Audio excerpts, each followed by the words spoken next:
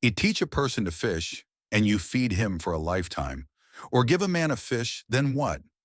Now he has your fish, and you have a story. Hardly. You just gave him a fish. No one cares about that. Get a grip. So this is about poverty, generational poverty. It is an incredible motivator. It's fantastic, and this is a great thing because it inspires everybody. It gets the motivation to look up to the 1% and say, I want to become one of those people. I'm going to fight hard to get up to the top. I'm either asleep or at work. I don't take a second off. I don't take a minute off. I don't relax. I don't rest. I don't stop. I don't chill. None. We've all heard stuff like this a million times before. If you're poor, it's your fault. It's your bad mentality. You're lazy. You're not motivated enough. Nobody taught you how to fish. I don't like you. I've seen you at the tables outside the cafeteria. It's one of the most popular myths in American culture that if the poor are where they are in the socioeconomic ladder, it's because they deserve it. Anybody can do anything with their circumstances, so the myth goes. So if you're born into poverty and you don't manage to escape it, that's a moral failure. You didn't work hard enough. Here in the United States, a lot of people genuinely believe that everybody gets what they deserve most of the time, and that it's okay if some people deserve basically nothing. And if you've ever seen one of those motivational social media pages, you can see this in action. Sometimes they'll post a cartoon like this, and all the comments underneath are like, those guys deserve it. Make better choices, work harder, stupid, or this is why we need population control, and like it. Geez, why are there so many genocide comments? Anyway, a bunch of people seem to believe that the best we can do to solve poverty is not to actually solve poverty. You can't. Poverty is a static part of reality that just kind of exists no matter what. The best we can do is inspire people, and if people just don't feel inspired to work harder, well then, they deserve whatever they get. And don't all those lies just suck? I get the appeal, don't get me wrong. You work harder so you get to feel like a big, strong, deserving bald man, and whatever happens to everyone else is just not your fault. You can mostly check out from politics and from the voice in your head that feels bad when you see a homeless person, because whatever, that's their own problem. But it's all lies. Poverty and the crushing inequality of the 21st century is endemic. Not because people don't work hard enough, not because people are lazy, but because poverty is a necessary byproduct of consistent profit. And that means that individual poverty isn't a measure of motivation. In the past, I've made this argument with a lot of people about how people are more or less locked into whatever class they're born in because of things outside their control. But this video will take a bit more of a static, evergreen approach, one that will remain true even when the stats I use here become 10 or 20 years old. Because the truth about poverty is that even if no one on earth ever took a day off, there would still be poor people so long as profit is what guides our employment decisions. It's actually really easy to prove this, that poverty doesn't come from a lack of individual motivation or bad individual decisions for starters, because every couple of years, poverty just happens to a bunch of people at once randomly. When recessions hit, more people are poor and the poverty rate goes up. We already know that despite being guaranteed to happen eventually, it's hard to predict exactly when a recession will take place and specifically what sectors are going to be hit the hardest. Next recession, it could be that the place you work suddenly doesn't have the revenue to afford your labor anymore, and it'll have nothing to do with the effort you put in. And then, on the other end of the spectrum, you have how COVID affected the wealthy. The 10 richest men in the world doubled their fortune during the pandemic, making around $50,000 per minute in a little over a year. And I can guarantee they didn't work twice as hard in one year as they had for all the years before combined. Economic circumstances out of their control made people more exploitable and desperate. Governments pumped money into their monopolies so they wouldn't go under, and they came out a lot wealthier. Did they work hard to get there? Some of them, maybe. Others, no. What ultimately made them wealthier was their class position and luck, not any special effort. So right off the bat, unless you believe that once a recession hits, suddenly people lose all motivation, that right there is a solid number of poor people who are poor through no fault of their own. They're casual victims of the business cycle, a feature of capitalism that doesn't exist in most other economic systems. And conversely, being in a favorable position before a crisis, not hard work, allowed the 10 already richest people in the world to pull themselves even farther away from the rest of us. But that sudden bump to poverty and inequality happens in periods of economic decline. To be clear, stagnation and regular global market crashes are the norm of living under capitalism. But don't worry, normal times where the economy grows care just as little about hard work. That's because part of regular, boring, old-growth capitalism is what's called the reserve army of labor. If you haven't heard of it before, it's a Marxist term that refers to the amount of people kept unemployed, not because there aren't jobs they could or would want to do, but because their existence is a guarantee of capitalist bargaining power. Said differently, a significant number of people are kept unemployed purely so that those who are working worry about losing their job to them one day. This group exists because it's really useful for employers. You don't want to be fired, and to make that threat more tangible, capitalists oppose measures that would get us closer to full employment or would make being unemployed more bearable, whether that's a job guarantee, limits to the number of hours of work you can do each week, or generally any sort of welfare that keeps food on the table during unemployment. These things make the threat of being fired less powerful. And in complement, public services in healthcare, transportation, housing, and education make life cheaper and within reach of everyone. Capitalists staunchly oppose public services, work reduction measures, and welfare. And that's despite studies often showing that they could actually help individual capitalists' net profits in the short run. For example, by relieving them of private healthcare costs or making their workers happier and more productive. If they oppose these measures, then it's not because they can't see the short-term profit bump, but because they challenge their long-term authority. Without unemployment and with better public services, people would be less willing to take demeaning, unsafe, or poorly paid and exploitative jobs. Working people could demand higher wages, and while this could still work in capitalists' favor, by increasing the working class's buying power and therefore simultaneously delivering profits to the capitalists, over time it makes people less exploitable. And maybe eventually that could push profits down towards zero. Without the fear of unemployment and with good union organizing, workers can slowly claw back a bigger and bigger cut of the value they generate for the company, which leaves the guy whose only job is owning it with less and less. And that means fewer relative profits, which they don't like. They like when the number's more. Ultimately, then, while there are regular dips in unemployment and poverty, some amount of it has to come back regularly and be maintained artificially by killing things that would make life objectively better for most people. It would be objectively better for all of us to eliminate unemployment entirely, and we could do it with simple measures like a more equal share of work that limits working hours each week, eliminating pointless jobs and putting more investment towards automating the jobs very few people want to do. All of which is easy enough if you're okay not maximizing profit, and you should be.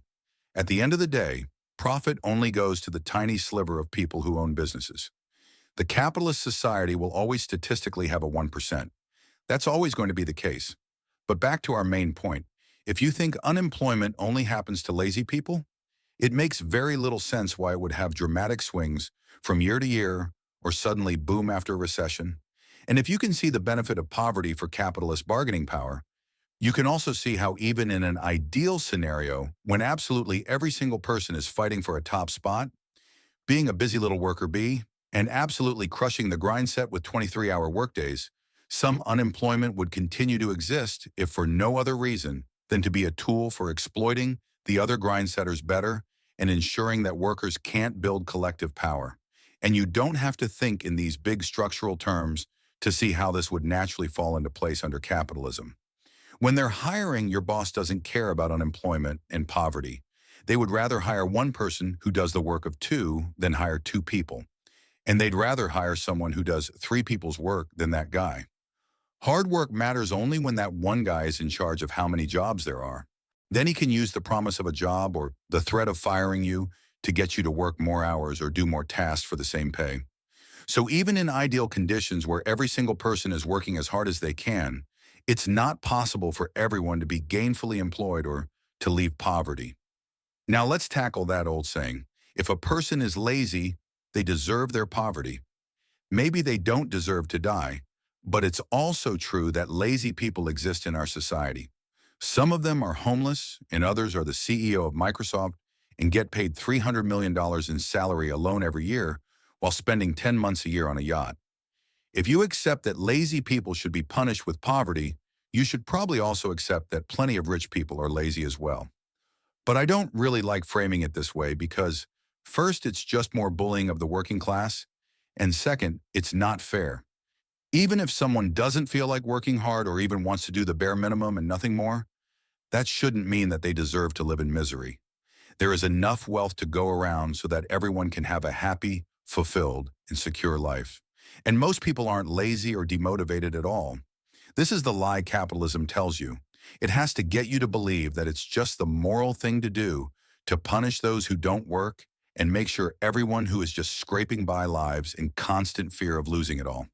That same message gets instilled in all of us. We were sold this story that someone who doesn't work hard and contribute to society deserves to be poor. And it's all the same circular logic. Work hard so you don't end up poor, and if you're poor, you must not have worked hard enough. And you have to believe it because if you don't, if you believe that hard work should always pay off, you'll start to realize that under capitalism, hard work very often doesn't pay off. At the end of the day, under capitalism, it's inevitable that poverty will be pervasive, that unemployment will always exist in abundance, and that most people will work their butts off only to barely scrape by. And that sucks. It doesn't have to be this way. We could work fewer hours each week. We could eliminate pointless jobs. We could socialize or democratize every job that exists and guarantee each one is paid enough to live happily and comfortably. We could still use market forces to determine some of the distribution of labor, but we could eliminate the need to work a job you don't like or take a pay cut just to survive. We could make all of this happen. If only we didn't have to worry about protecting profit, every single one of these things could happen. But I think people on both sides of the capitalism-socialism argument know this. They see this argument and say, you're just looking for a utopia. The only way to actually accomplish that is to inspire people to work harder, motivate them to try harder, and teach them that success is within their reach. And I've already explained why that's not the case. It is theoretically possible, though. If everybody were to pull themselves up by their bootstraps at the same time, work extremely hard, and be really motivated, they could all be more successful than they are now. But it's not a sustainable solution. You could think about it in terms of musical chairs. You can motivate people to try harder, play more aggressively, and go all out. And maybe they could still be inspired. But at the end of the game, there are fewer chairs than people. Someone is going to end up without a seat. And for the most part, that is because of reasons beyond their control. So in the end, all the inspiration and motivation in the world won't change the fact that poverty is systemic. Even if everyone in society worked harder and tried their best, there would still be poor people. The best way to tackle poverty is not to try and inspire individuals to work harder, but to address the systemic issues that create and perpetuate poverty in the first place. Until we do that, we'll continue to see poverty as a pervasive problem, and we'll continue to see individuals blamed for their circumstances in a system that is designed to create winners and losers. And until we address these systemic issues, we won't be able to create a society where everyone can live happily and comfortably without the fear of poverty. But wait, hear my thoughts on this. There is a substitute way on this. If you tried, write this down. Do not seek success. Seek to become a person of value. Again, if you want to be successful in life, do not seek success. Seek to become a person of value. In other words, write it this way. Make yourself valuable and they'll pay for you. Make yourself valuable and people will pay for you. That is what we do with gold, silver, gasoline, and water. Our society has made these things valuable, so we do what? We pay a lot of money for them because we made them valuable. Well, make yourself just like gold. In other words, develop a gift in your life that has become so valuable to everybody else that they will pay you to perform it. Two people were chatting one day, and they became good friends. One day as they were chatting, doing a conference together, and one was telling the other about this invitation they got to go and speak to this company. He said, "How much should I request as a fee from this company?" The other said, "How much do you think you are worth to that company?" He said, I don't know. I was just starting in that particular area of the business of public speaking. He said, no, maybe 4 or 5,000 bucks. The other said, that's all you think you're worth? He said, they only want me to speak for an hour and a half. The other said, that's what you think you're worth? He said, how much do you charge them for an hour and a half? The other said, $25,000 starting price. The other continued, if you charge them less than that, I'm ashamed of you. You are better than me.